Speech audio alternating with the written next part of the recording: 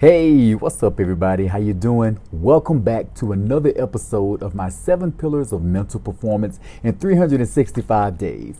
I am Jay Hollingshed, your personal high performance mindset coach and public speaker.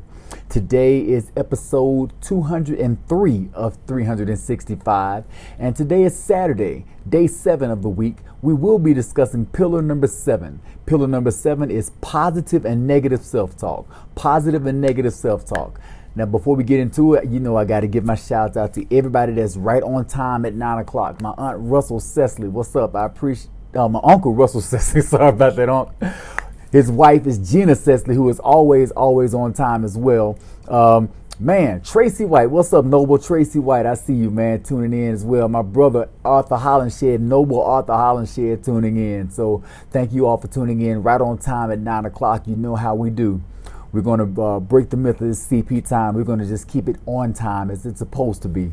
Now, let's get to what's next. Oh, if you want to watch this episode on repeat, go ahead and do it on YouTube. My YouTube channel is full of all of my episodes. So thank you for watching this. If you are watching this on repeat, this episode will be posted in its entirety on my YouTube channel. So like, share, subscribe, all of that good stuff. Let's keep it going. Now, this is episode 203. Our topic for today is positive and negative self-talk. Right before I jump into it, Chris Cecily, we got a family affair going on. Chris Cecily, what's up, cuz? I appreciate you, man. Now, positive and negative self-talk.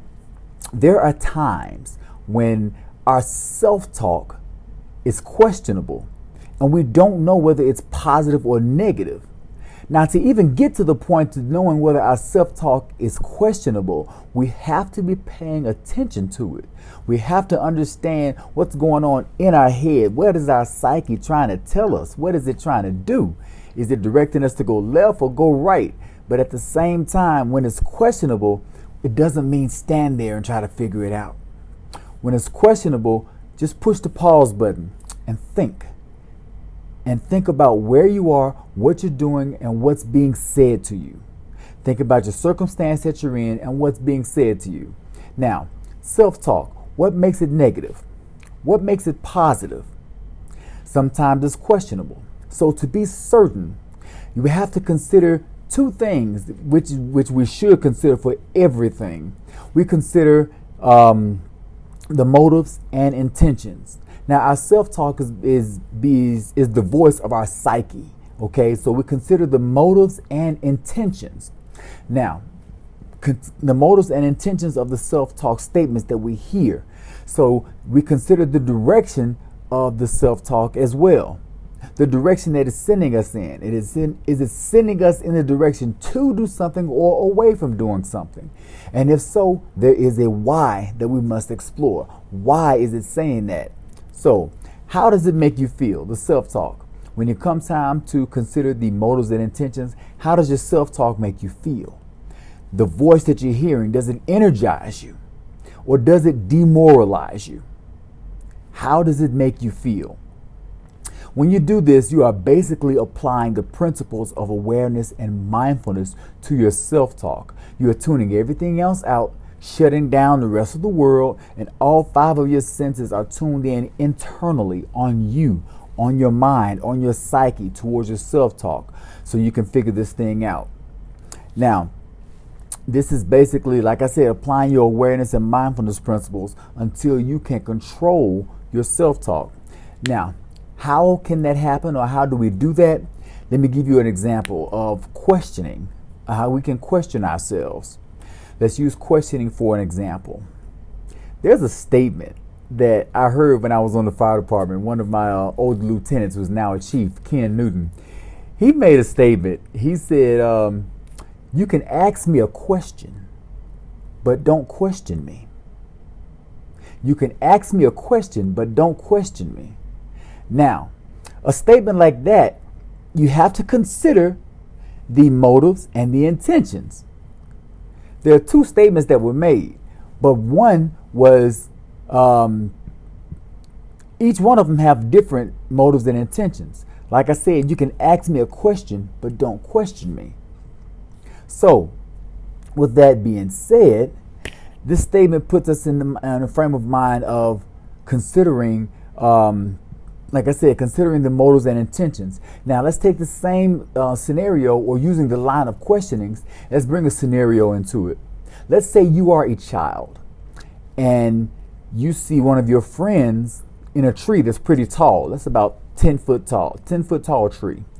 And your friend decides to be Superman and just jumps out the tree, lands on his feet, bends his knees, and stands up and walks away as if nothing was wrong, as if nothing ever happened. Like, hey, I got this. I do this all day long. Now, as a child, you are intrigued by that. So in your mind, your self-talk kicks in and it says, can you do that? Now, that's your psyche questioning you. But your psyche is questioning you in that phrase, or in that context. You want to consider the motives and intentions. But in that context, how is it directing you? Is it challenging you? Is it telling you that you can do something or you can't? Are you being demoralized, or is it encouraging you or empowering you to act or to do? Is it a negative feeling that you get or a positive feeling that you get? Now, if I were that child and my psyche asked me that same question of, can you do that? That's an exploratory question. It's asking me. I see the motives and intentions of that. It's motivating me to explore it further. Its intentions are for me to investigate, go further into what happened. How did this kid do that? And how? Why? I don't understand it. I want to know more about it. It's not telling me what I can do. It's not telling me what I cannot do. What it's directing me to do is to look into it and find out more about it. That's what it's doing. So basically what I'm saying is, when you come to a point in your self-talk and you have applied your awareness and mindfulness and you are observant of your self-talk, you've been practicing listening to your self-talk over and over, and when you are in an uncomfortable position and you stop and you contemplate and you're at a dilemma or a crossroads, you have to make a decision, that's when your self-talk usually kicks in. But when it kicks in, stop and listen to it. See what it's saying. Find out if it's positive or negative. And if it's positive, then you are doing something good. You are doing something good with your life. When I say doing something good with your life, you are surrounding yourself with positive entities. You are putting positivity into yourself by positive music. You're looking at positive things. You're surrounding yourself with positive people. Now, when you pause and find out that self-talk is negative, then you are more than likely surrounded by negativity a majority of the time, or you are doing some negative things. And your negative surroundings, you're surrounded by negative people. You have negative influences, the books you read, the TV shows you watch, the music you listen to, all of that. Then that's affecting your psyche, and your psyche repeats its surroundings. So when you pause to see what's being said in the middle of your dilemma, and if it's negative, that's what's going on. Now, consider, and if it's either negative or positive, like I just told you earlier, consider the motives and intentions. Just like you would a live person. If somebody walked up to you and said, hey, I want you to do so and so and so and so, or they want you to do this or do that, consider their motives and intentions. What kind of energy are they bringing to the situation?